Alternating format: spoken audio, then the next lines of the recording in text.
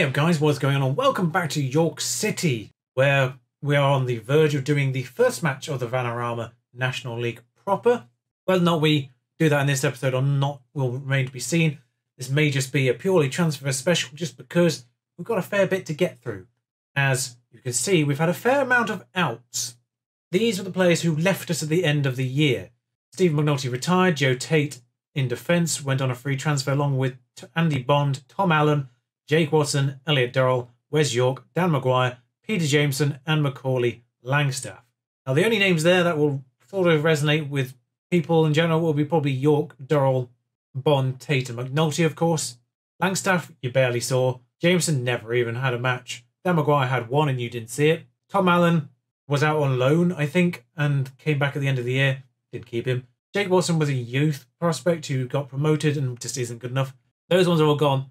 Obviously, two defenders going might be a bit of an issue, but we had a kind of a plethora then. We did have one come through as well, who could be used as a backup, so not too problematic there. The goalie going is a minor issue, of course, because our main one was a loan option in the first place, so goalkeeper was a place that we needed to sort out.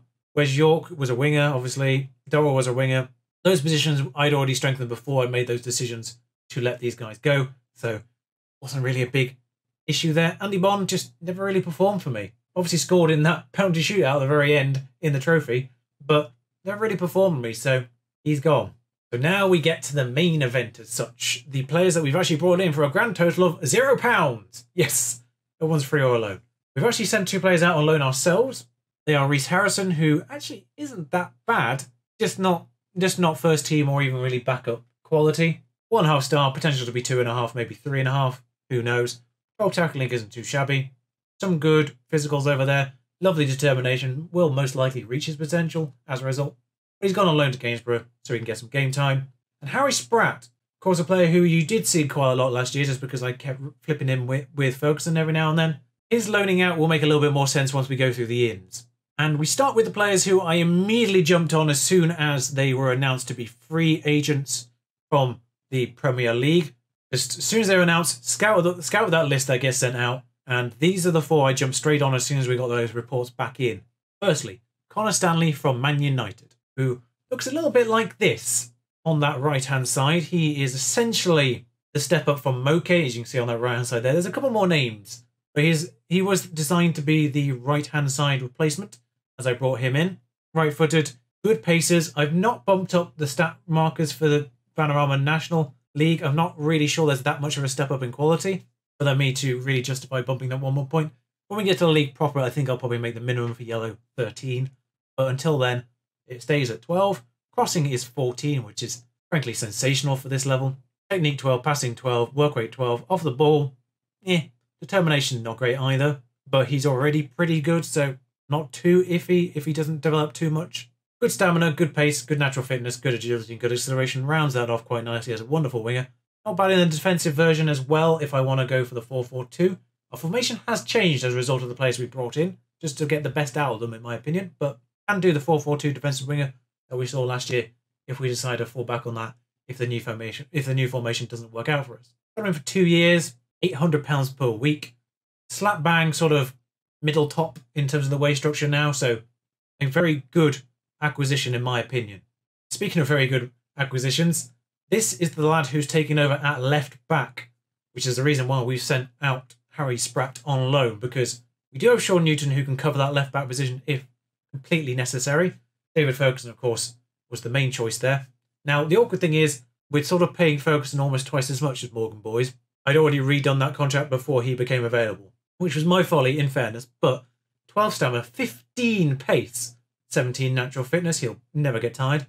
Agility 15, acceleration is 13, tackling is 13, which for a fullback in this division, pretty good. 13 for a fullback in general, I find quite remarkable for left and right backs. It's very hard to get good tackling fullbacks in recent games of Football Manager. So 13 at this level, smashing. And of course, has room to grow, and we can bring him through with us if we want. He's actually here till 2023. He's got 3 years on his contract. We've got that. Crossing is 7. Not amazingly going forward, but we can also obviously develop that. 11 marking, 9 passing, 11 positioning. Also not too shabby. Determination's on the lower side, but we can get that out of him if we want to. And not that short for a fullback either. We'll have to get rid of that stays back at all times, though. And then comes, well, the internet informs me that that symbol is a TH. So I think it's Thorvaldsen or Torvaldsson, depending on how they pronounce the TH. Someone will tell me one way or the other, but Isaac, one of the two. I'll go with Thorvaldsson for now, or Thor. Or should I just name him Thor? That'll make life a lot easier. Thor, at the very least, I'll just call him Thor. I may not rename him, but Thor, essentially one of those players I find to be just just decent in everything. There's a lot of 10 and 11 on his page right now, which basically makes him just very good, in my opinion. Not a lot of absolute standout, but 13 base, 12 acceleration, 12 stamina. Good on the physical side of things. Just decent / good in basically everything.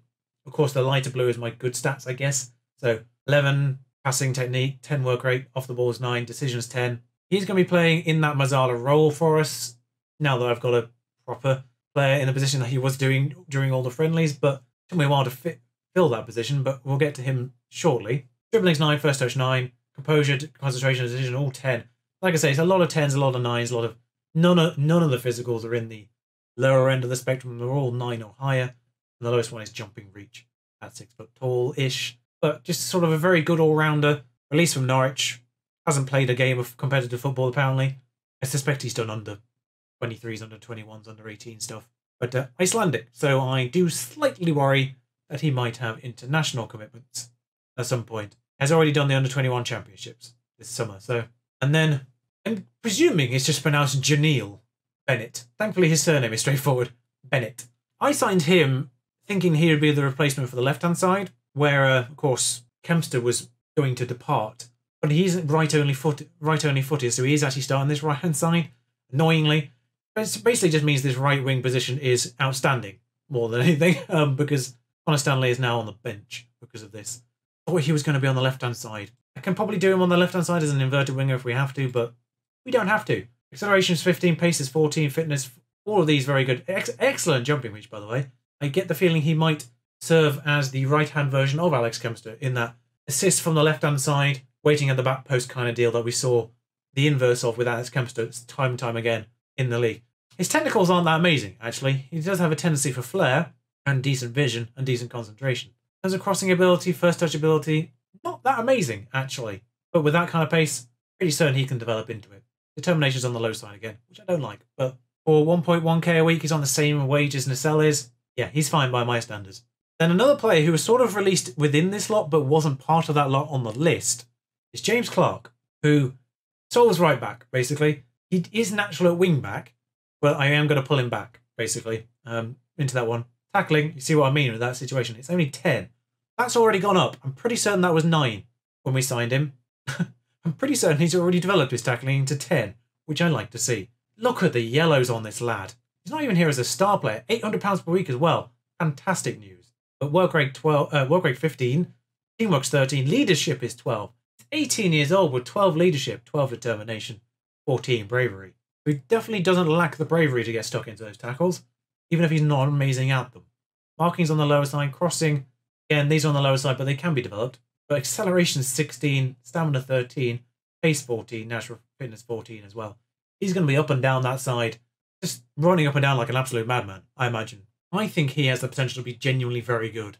And I think we'll probably keep him around for a fair few years in this save. I suspect he'll be well worth keeping around for getting up even to the League Play, League 2, League 1 maybe. I think he might be that good. But welcome James Clark. Then come 2 free transfers. So I'm going to start with Kento Inami, who is an 18-year-old Japanese goalkeeper, new gen. No idea where he came from, but he was a free agent. He just generated himself into the ether. Wasn't even generated into a club. I'm not entirely certain how he functions, but he exists now, and we've signed him, basically.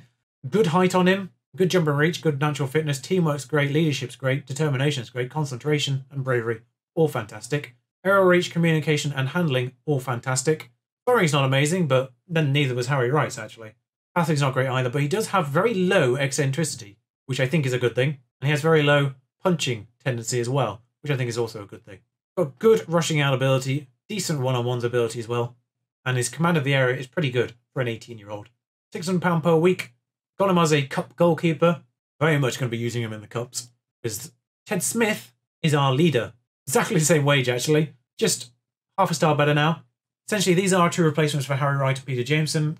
Ryan Whitley's still a youth prospect. He's just still there, basically. Physical's very comparative, actually. Determination is even better. Not quite as good leadership, and some of these mentals are not quite as good. But error ratio is still 13. Command of area, similar. A lot of these are kind of similar. Slightly more eccentric. Same kind of punching tendency. Throwing out ability is slightly better. Passing ability is slightly better. These are all very comparative, but his communication is 16. They're very actually kind of comparative. There's not that much difference between them. But when you do compare them, as I have already done, you can see an army is slightly better aerially, but distribution-wise, shot-stopping-wise, and physically, mentally, and communication-wise, Ted Smith does have the edge in the majority of the categories. I'm ignoring eccentricity, but he does have the edge in the majority of them. So worth 84,000 as well, which for a goalkeeper, particularly this division, pretty good. And then the literally most recent of acquisitions that just went through before this match is Daniel Williams on loan from Swansea.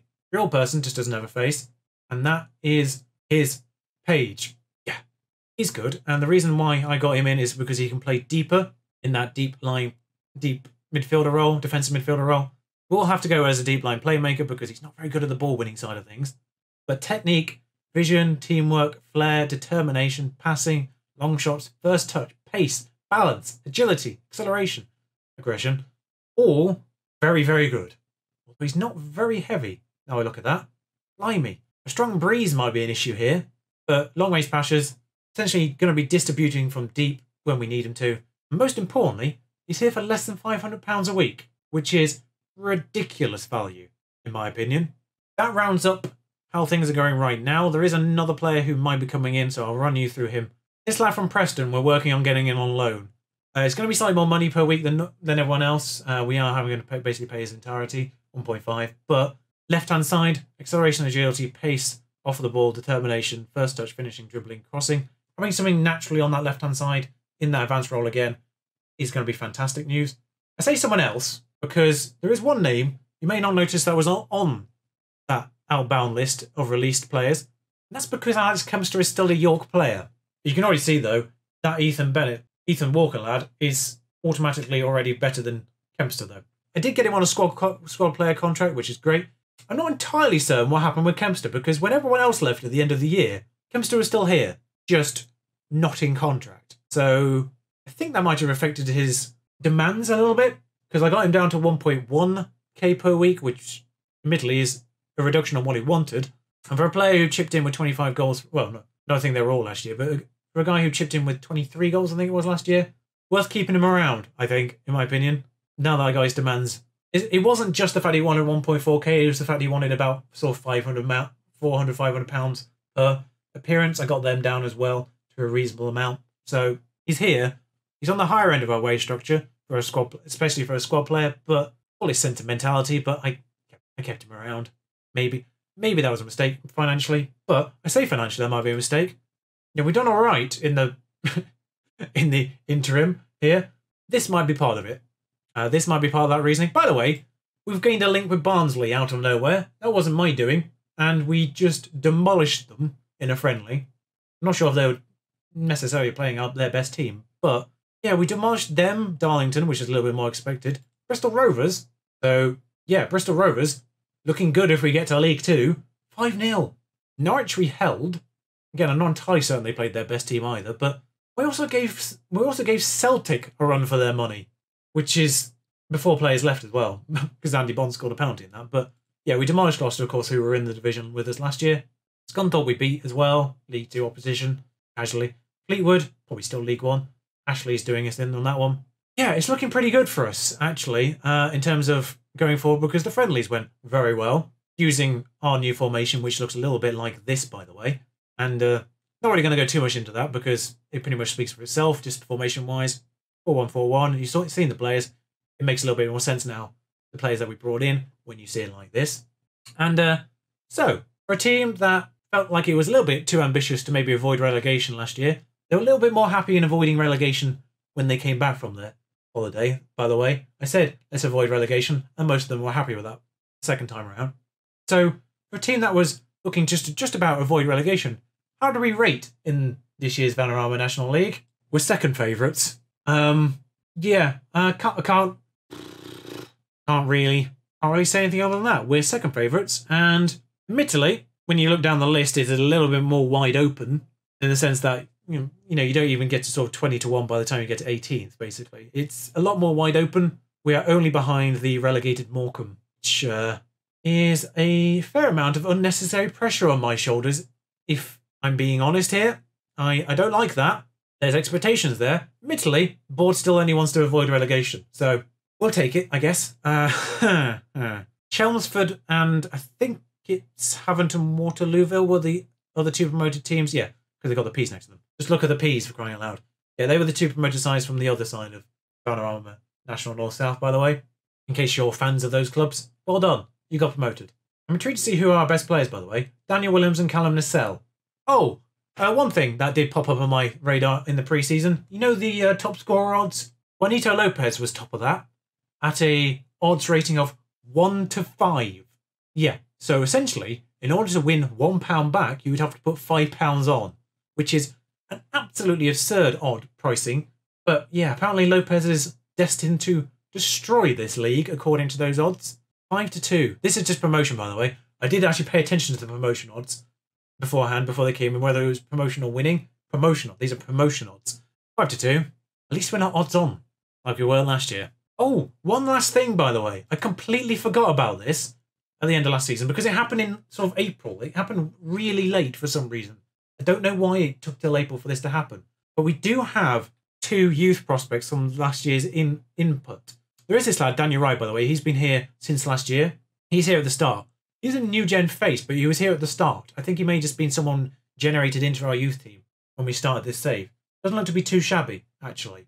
So, might see him at some point. 1.5 stars in terms of the main team right now. Attacking midfielder role, which we don't really play just yet. 4-2-3-1 is my preferred formation. When we get to probably the tail end of this save, we probably will be in that formation at some point, particularly against teams that we're predicted to do really good against. Teams that we're the way favourites for. Probably we'll go for that more attacking 4-2-3-1, but not quite there yet. He might actually feature in a youth cup if we have to play a team that's way below us. But yeah, he's been there a while. Don't think I've really mentioned him yet. But we had 2 youth prospects, and they were Lloyd South, who looks a little bit like that, with... Well, he's getting better already, apparently, but not looking fantastic just yet. But 11 finishing, decent things, very aggressive. Insane leadership for a 16-year-old, and decent determination. He's a rangy striker, apparently, with 6 long shots, so I'm not quite sure how that worked out. And the other one, I believe, was Austin Ingram, who I don't think is quite as good.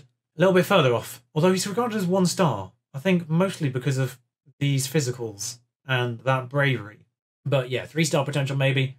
He was the best of the rest, despite having woeful actual technicals. Just to go back to South, 3-star, maybe 4-star. So neither of them scintillating, but bear in mind, of course, these are 3-star/4-star at this stage of the game. So by the time they've developed, I suspect we may have gone beyond their abilities in terms of what we're looking for. But I thought I'd bring you them just in case they do turn up at some point in the future, just so you're not surprised by their existence. So, the first game of the season, which we will bring you next time, is actually possibly the hardest game of the entire season. Morecambe away. Yeah, the only team predicted to do better than us, the team that got relegated from League 2 last year, are only narrow favourites. 6-4 favourites they are. I've just noticed on the right side. At the Globe Arena. Oh, that's one other thing, by the way. I mentioned it a few episodes back because someone pinged it at me via Twitter a few episodes back with the whole York Community Stadium thing. It did actually go ahead. I don't know where it appears or anything like that. I don't know where it sort of was hidden on the board pages. But yeah, we have moved into the York Community Stadium. It is called the York Community Stadium because obviously the game was developed and released before they gave the naming rights to LNER. But so I can't change it. I can call it the LNER Stadium if you guys want me to. But yeah, the York Community Stadium, we have moved into it.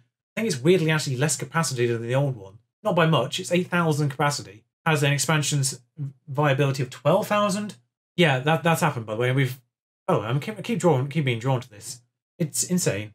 I reduced the cup rewards, by the way, again. That's why that's nearly 100,000 rather than the original 37. I haven't spent a penny of it, of course. Still stuck on 15% transfer of revenue.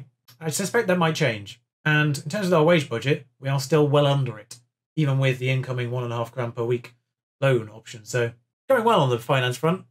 We made a profit of £3 this month so far. It's only the 1st of August. In terms of projections, absolutely banging it. We did have the option to buy out a transfer on Ben Godfrey, by the way, in terms of future transfer percentage for 3 million.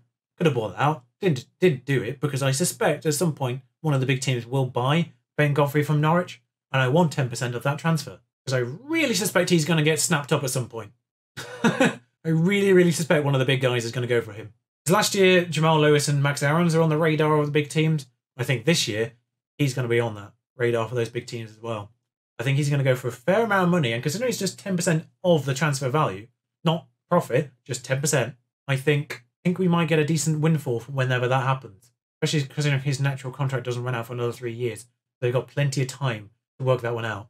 Anyway, that'll do us for now. I'll see you next time for that Morecambe match and the second one against Woking. I'll do both of them. Until then, ta-ra!